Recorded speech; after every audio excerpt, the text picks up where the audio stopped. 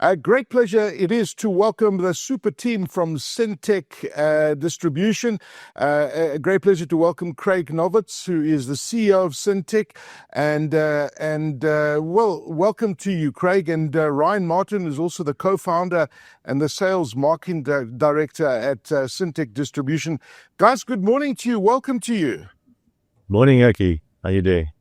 Morning, Aki. Good to see you. I'm doing very, very well. How's it, Ryan?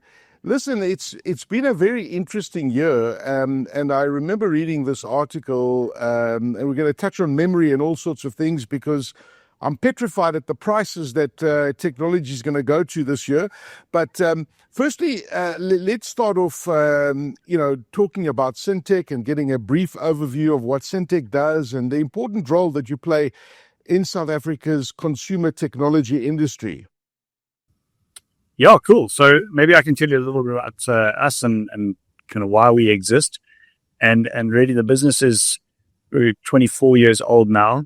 And we really see ourselves as existing to enrich the lives of people in Africa through technology.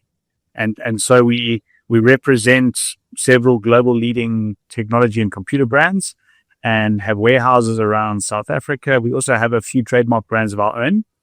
And it's about bridging the best available technology and making it accessible to South Africans. So the range of products is extensive. Everything from consumer electronics like TVs and scooters and electric vacuum robots and computers, whether it's a gaming system, a Chromebook for an education for a school, notebook computers, office PCs, right through to infrastructure for ISPs, and then of course all your gadgets and accessories. So it's a lovely range of products, and it's changing all the time.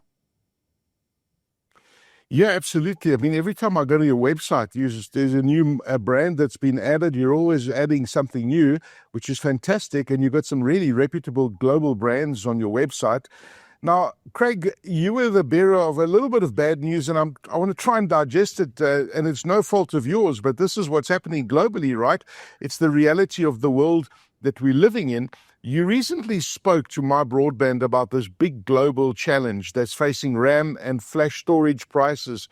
I mean, what's causing these issues? I know that there's one factory that's stopped producing it because it's not cost effective, and there's various shortages, but it's amazing how sensitive the market is. A slight change and it impacts, and it has this incredible ripple effect. So why are we facing this challenge with RAM and flash storage?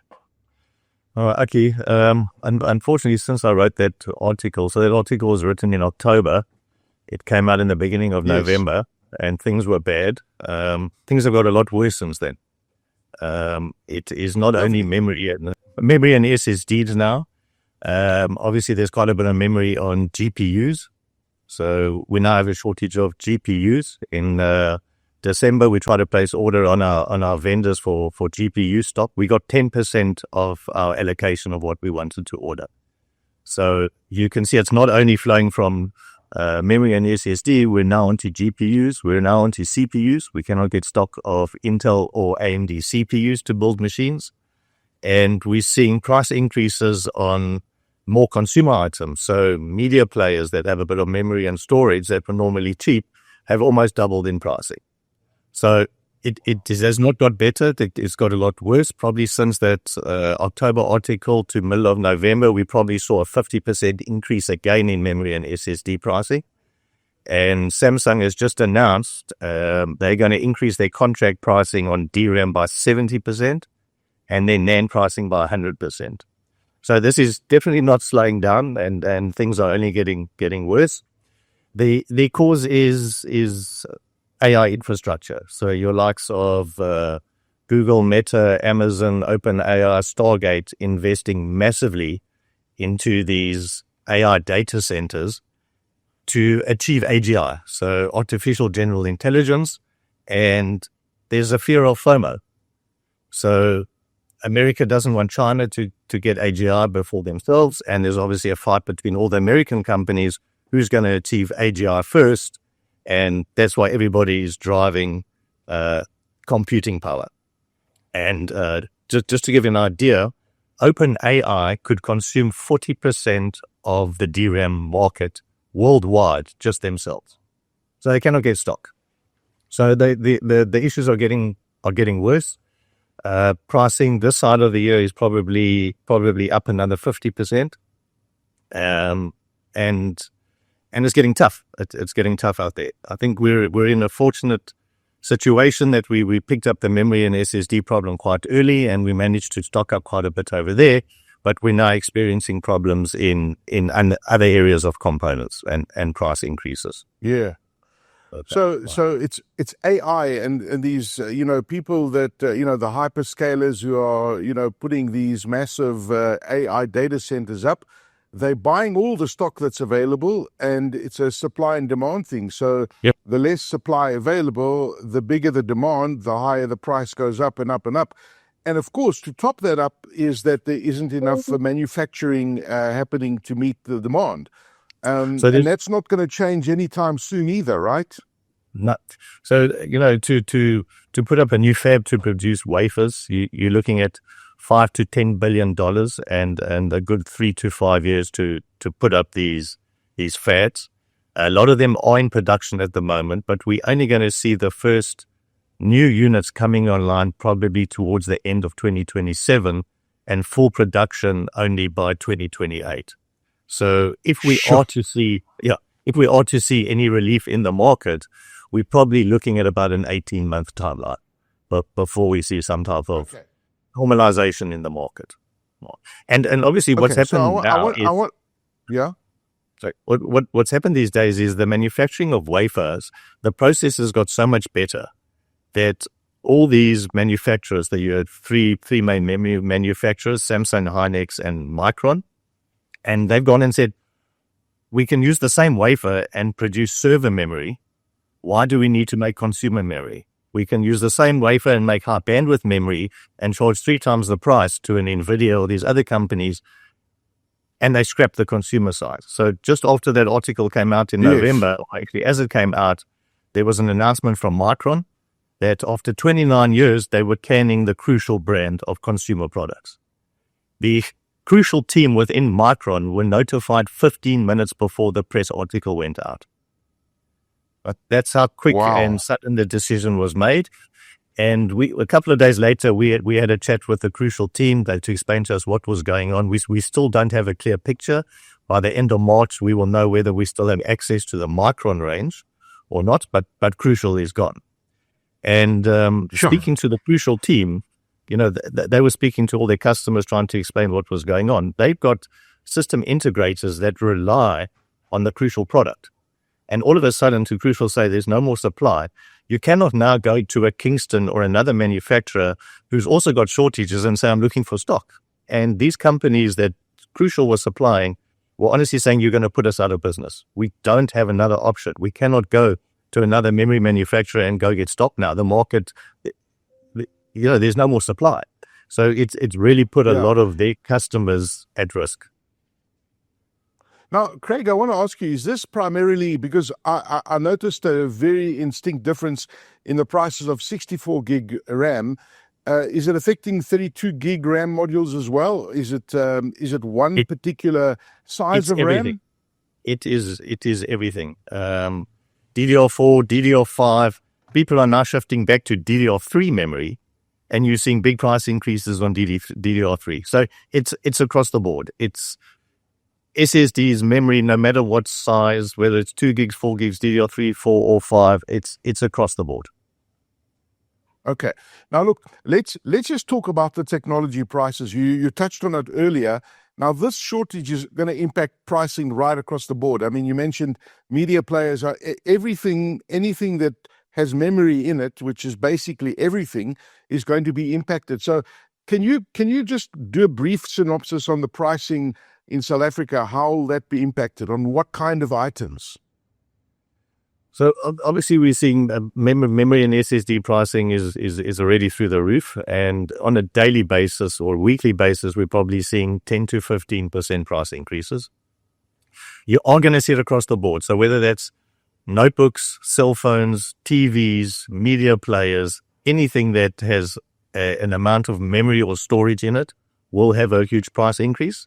And then obviously the lower the cost of the item, the higher increase you're going to see. So if you're looking at a 100-inch TV and it's only got a small amount of memory and SSD storage compared to the price of the unit, you'll see a small increase. So your cheaper items are going to have a much larger increase than your more expensive items. Gee, so is it should people be buying and upgrading their technology now or waiting? Because you did mention those short-term issues, and it's a more long-term thing. I mean, you mentioned the date 2027, where we might see some kind of a normality. So what do consumers do in the meantime to meet these industry challenges? Because they're not short-term. No, it's definitely not short-term, and it's very different to the COVID scenario we had. When we had COVID, there was massive demand at the time, and people needed to work remotely. They needed a notebook, so they would pay whatever they needed to get that device to be able to work. At the moment, what we're seeing is, especially on the tender business, where a tender would have gone out for 800 PCs, and you give a quote back now, suddenly it drops to 600 or 500 PCs because of the price increase. So you're definitely seeing a drop in the volume to match budget constraints. But it's at the moment, it's going to be a toss-up for the consumer to say, do I need to upgrade at the moment? But am I going to wait another year, or do I do the upgrade? And I think that's what you're going to see. You're going to see a lot of people postponing the upgrades to see what is going to happen. But for people who need machines and they need to implement, especially if you haven't done your Windows 11 upgrades on your machines, don't wait. I think things are only going to get worse over time. Okay. So let's look at Cintech, for example. Now, you guys are faced with a challenge. Your customers are demanding this from you guys. There's a massive demand for RAM and flash storage, and this is a big challenge for you. You've got to serve your customers. How are you as a company dealing with this demand from your customers, not disappointing your customers? I know that Ryan said earlier that, that you guys purchased stock. You saw this coming in advance. But what are you doing to serve your South African clients and customers? I think from the memory and SSD side, we were very fortunate. We signed on a new distributor the middle of last year, and that was Hikvision, which has a sub-brand called Hiksemi. Hiksemi does memory and SSDs, and we were actually very fortunate that we tied up the deal in the middle of last year. And the reason for that is a lot of the manufacturing of the consumer product now is going to shift to China. So we've got your Samsung, Hynix, your South Korean companies, and Micron, who's going to focus on the enterprise product. Your Chinese companies who are not that advanced in their fab manufacturing are going to focus on the consumer market. So you have two companies in China. One is CMXT, and this was a Chinese initiative started in 2015 to do local production of NAND and DRAM. By 2016, two companies were formed, CMXT and YMTC. The one does NAND and the other one does DRAM. Last year, CMXT does DRAM, had a 5% market share worldwide. By this year, they'll increase to 15%. YMTC had a 10% market share. They will increase to a worldwide market share of 15% this year. And what's going to happen is the likes of Hiksemi are going to start buying from the Chinese manufacturers, and we will now see the consumer product coming out of China and the enterprise product coming out of South Korea and the American companies going. So we're very fortunate that we secured quite a bit of stock and forecasts with Hiksemi going forward, which will relieve a bit of pressure on our memory and our SSD side. Doesn't mean prices are coming down. It means we've secured allocation, but if pricing keeps going up, we still get the increase in pricing, but we should have supply there. The problem we have now is around GPU and a lot around CPU. And for us as a distributor, the only option is for us to play the open market now. So we're trying to source wherever we can, out of China, out of Taiwan, out of the Middle East, wherever we can get CPUs, GPUs, and get stock, we are procuring it. It is at a slight premium over traditional distributor pricing that we get from our suppliers, but we have to get stock. So there is going to be price increases, and we're doing whatever we can to source on the open market to be able to have consistent supply. Sure. Ryan, I mean, this must be putting a lot of pressure on you because at the end of the day, I mean, Cintech's been around. You've weathered many such storms in the past in different ways. I remember when many years ago when one of the hard drive factories burnt down and you guys managed for some way to get stock. So, I mean, this is the volatility of the business you're in, right? You make a plan. So, and I'm sure that you're looking at different suppliers, as Ryan, as Craig mentioned just a second ago. But Ryan, moving forward, what are Syntech's plans for 2026 to bring more value to its local clients? Because at the end of the day, your business needs to continue. If people are holding back on ordering because of pricing, it's going to be detrimental to you and the other organizations. I mean, this is not good news for the market, but somehow, somewhere, you guys always seem to find to make a plan. Yeah, Aki, we I think are fortunate in that part of our DNA is really adapting to change, and we constantly evolving, we're constantly innovating, and so times like this, I think, are also times, although they're tough for us, they're also times that we find that we thrive.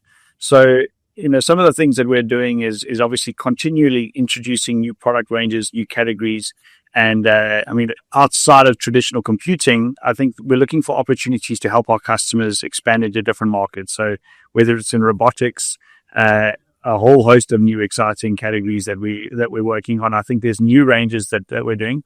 The other thing that's quite important, I think, is we hold very close relationships with not only our suppliers, and Craig alluded to a couple of suppliers we're talking to, we really working together, but also with our customers. And I think by really understanding our customers, their markets, where their opportunities are for the year ahead, and planning for those opportunities, we can try and allocate stock and try and secure pricing as best as possible so we don't get blindsided by unexpected price increases or shortages. So working together, and then of course, I think transparency is key. So we really believe in communication. Obviously, we've been very forthcoming with the state of the market, where things are going, and we try to educate the market, because if we can give our customers and South African consumers a real understanding of what's happening out there, they can make informed decisions. And then the last component, of course, is if we've got the systems and the information and the stock available, when the opportunities arise, we want to be able to support our customers to act quickly. And so whether it's through our infrastructure on our systems and our website, they can check the trends, they can see the live stock availability. But we're excited. I think in the hard times, this is when people connect. And when you have to make a plan, it's when people talk and interact. And I really believe that South Africans they don't know if I only have a plan B, they have a plan C. So this is the time to really get close to our customers and work together. And although it's going to be a challenging year ahead, I'm excited about the relationships that we'll keep on building on. Fantastic. Let me ask you both. I mean, it's all about procurement and companies upgrading. I mean, Craig, you mentioned upgrading to Windows 11, etc. If you're the chief procurement officer or the person responsible for upgrading technology in your organization, what should you be focusing on in 2026? I want to ask this question to both you, Craig, and to you, Ryan. Obviously, with this volatility that's in the market, what should these procurement people be focusing on this year in upgrading their tech? Because clearly, you're almost hamstrung because you've got all these AI companies buying all this high-end memory. And ultimately, you as an organization need to have access to the AI changes that are happening, but you also need to upgrade your tech as well at the same time. So how should these procurement departments be handling this volatility? Let me start with you, Craig. Okay, it's a difficult one. I think a lot of upgrades that are not 100% necessary will be delayed.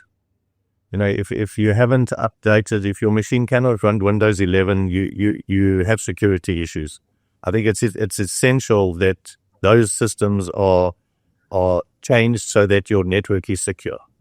The most important thing on your Windows 10 to 11 upgrade is the hardware that cannot run Windows 11 needs to be replaced.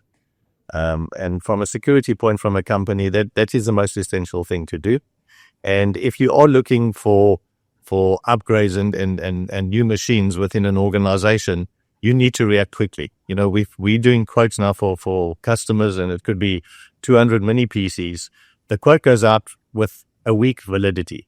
If you do not make a decision within a week, that stock will be released to other customers. So we will try help our customers to secure a deal to hold that stock for about a week. But after a week, we cannot hold that pricing anymore. We have to release that stock. So we're doing whatever we can. If you are looking for an upgrade, if you do find stock, grab it quickly and do it, because it's not going to be around for long. Okay, so be very astute and very precise with the decisions that you make, and be very strategic on how you do your purchases this year. What's your advice, Ryan? So, looking at the market, I think historically many corporates and consumers have been attracted to a particular brand. They know and they trust that brand, and they'll keep on buying that brand.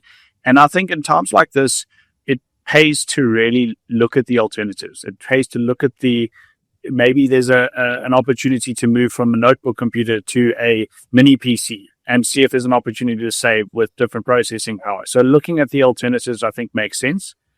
To Craig's point, I think really focusing on the important investments, and if you are going to extend the time period between upgrading your entire systems, considering giving your consumers a new keyboard, a new monitor, a new mouse, because that might create an experience improvement where perhaps the computer is the same, but if they've got a slightly larger screen, it might give a little bit more peace of mind in terms of the ongoing use of those devices. And I think the important thing is really using the opportunity to make informed decisions. So there's lots of information out there. We're trying to educate the market as best as possible, and very often deviating from what we've always done because there's perhaps new technology or new brands that offer better value. It's worth doing a little bit of research at this point in time. Excellent. Great advice there. Ryan Martyn, thank you very much. Co-founder, Sales and Marketing Director for Syntech Distribution. Also joining us is Craig Nowitz, who's the CEO of Syntech Distribution. Gents, thank you very much. It was very, very insightful and frightening at the same time, but I think that there is a path around this madness that's going around. Just be very astute and make the right decisions when purchasing any new hardware. And act fast is the message I'm getting from both of you. Thank you very much, Ryan and Craig. Thank you, Aki. See you game.